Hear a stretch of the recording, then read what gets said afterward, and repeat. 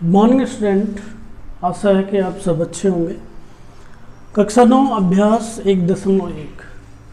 कल हमने एक पीडीएफ डाली थी जिसमें हमने परिमेय संख्याओं का परिचय बताया था।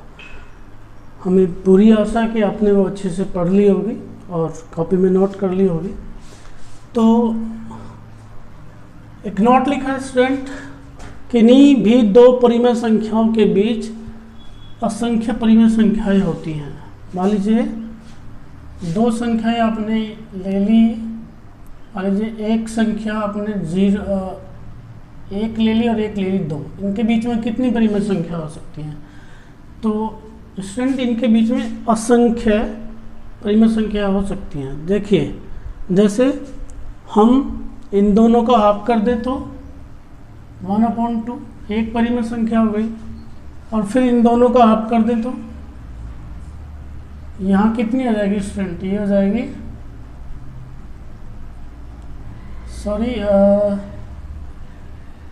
1/2 1/4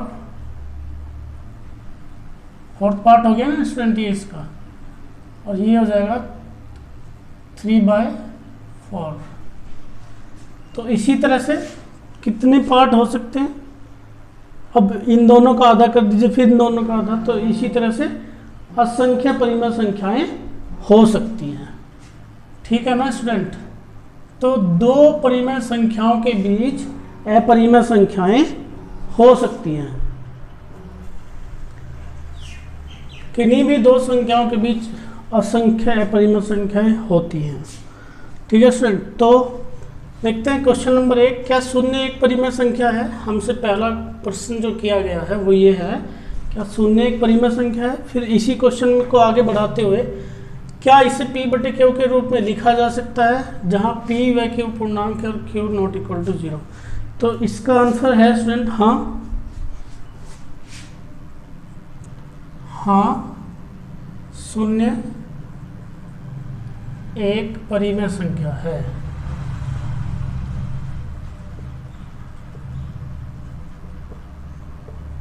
इसे 0/1 अर्थात p/q के रूप में लिखा जा सकता है। के बीच में 6 परिमेय संख्या ज्ञात कीजिए। जैसे कि अभी हमने बताया दो परिमेय संख्याओं के बीच में असंख्य परिमेय संख्याएं हो सकती हैं। तो हमें यहाँ 3 और 4 के बीच में कितनी बतानी है? 6 परिमेय संख्या बतानी है। तो देखिए कैसे ये विधि रहेगी निकालने के लिए। अब क्योंकि 6 परिमेय संख्याएं बतानी, इनके बीच में 3 और 4 अगर हम देखें, ये पूर्णांक अगर हम इन्हें मान लें तो इनके बीच में कोई पूर्णांक अगर मान लें तो कोई नंबर नहीं। तो हम क्या करें, हमें 6 नंबर पता करने हैं। कितनी परिमेय संख्याएं पता करनी है? 6। तो हम 6 में एक जोड़ के 7 से दोनों संख्याओं को भाग कर देंगे। देखिए 3/7 व 4/7। ध्यान रहे, जब आप किसी भी संख्या में इसे 3/1 आपने लिख लिया, 3/1 और इसे 4/1, 7 से गुणा कर रहे हैं, 7 से गुणा कर रहे हैं। ध्यान रहे कि किसी भी परिमेय संख्या में जिस संख्या से आप हर को गुणा करते हैं उसी संख्या से आपको अंश को भी गुणा करना होता है।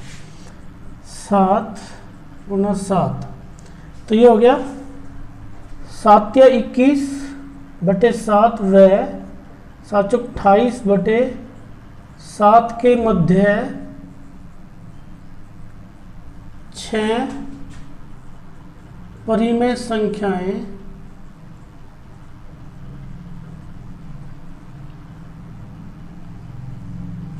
निम्नांकित हैं।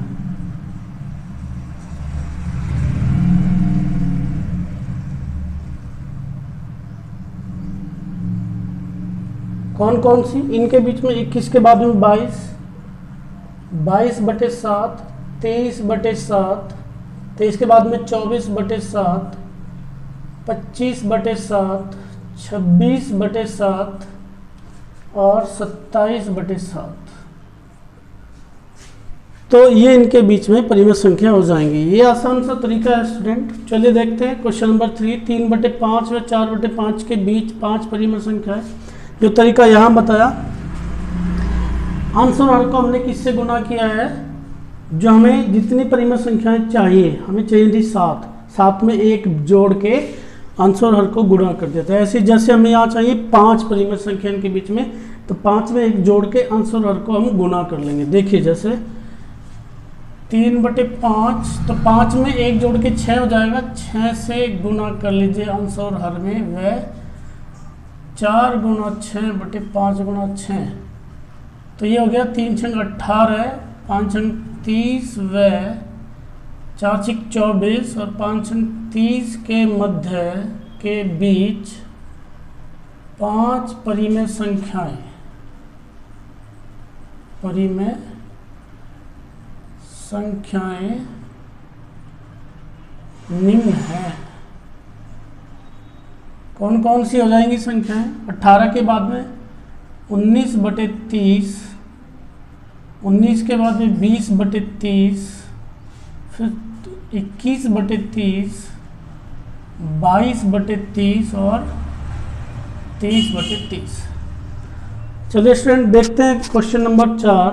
नीचे दिए गए कथन सत्य है या असत्य, कारण के साथ अपना उत्तर दीजिए। प्रत्येक प्राकृतिक संख्या एक पूर्ण संख्या होती है। जितनी भी प्राकृतिक संख्याएं हैं वो पूर्ण संख्याएं होती है कि नहीं, चलिए हम लिख के देख रहे हैं। वैसे तो ये सत्य है, पर हमें कारण भी देना है। देखिए प्राकृतिक संख्याओं को हम n से लिखते हैं। n होता है ये प्राकृतिक संख्या 1 2 3 4 और अनंत तक, और पूर्ण संख्याओं को हम w से लिखते हैं। ये होते हैं 0 1 2 3 4, ये भी अनंत तक। तो अब आप क्वेश्चन को दोबारा पढ़ेंगे। प्रत्येक प्राकृतिक संख्या एक पूर्ण संख्या होती है। देखिए ध्यान से, प्राकृतिक संख्या शुरू होती है 1 से अनंत तक, ये शुरू होती है 0 से अनंत तक। तो जितनी भी प्राकृतिक संख्याएं हैं वो पूर्ण संख्याओं में आ चुकी हैं। तो हमारा ये जो विकल्प है ये ठीक हो जाता है। इन्होंने कहा है प्रत्येक प्राकृतिक संख्या एक पूर्ण संख्या होती है, तो ये विकल्प हमारा ठीक है। चलिए देखते हैं आगे। प्रत्येक पूर्णांक एक पूर्ण संख्या होती है। प्रत्येक पूर्णांक एक पूर्ण संख्या होती है। पूर्णांक को i से लिखते हैं और पूर्ण संख्या को w से। तो पूर्णांक होते हैं 0 1 2 3 और अनंत तक -1 -2 -3 और ये भी अनंत तक। पूर्ण संख्याएं होती हैं 0 1 2 3 4 अनंत तक। अब आप देखिए इसने कहा प्रत्येक पूर्णांक, क्या ये जो सारे पूर्णांक हैं ये नीचे वाली संख्या में आए हैं? जितने सारे पूर्णांक हैं क्या नीचे वाली संख्या में आए हैं? तो डेफिनेटली आप देख रहे होंगे स्टूडेंट कि नहीं आए, तो ये हमारा हो जाता है गलत। मतलब प्रत्येक पूर्णांक एक पूर्ण संख्या नहीं होती। आगे देखिए स्टूडेंट, प्रत्येक परिमेय संख्या पूर्ण संख्या होती है। जितनी भी परिमेय संख्याएं हैं क्या वो पूर्ण संख्या होती हैं? तो प्रत्येक परिमेय संख्या पूर्ण संख्या होती है। परिमेय संख्या तो स्टूडेंट क्या हो सकती है? मतलब जैसे 3/5 एक परिमेय संख्या है, पर क्या ये पूर्णांक है?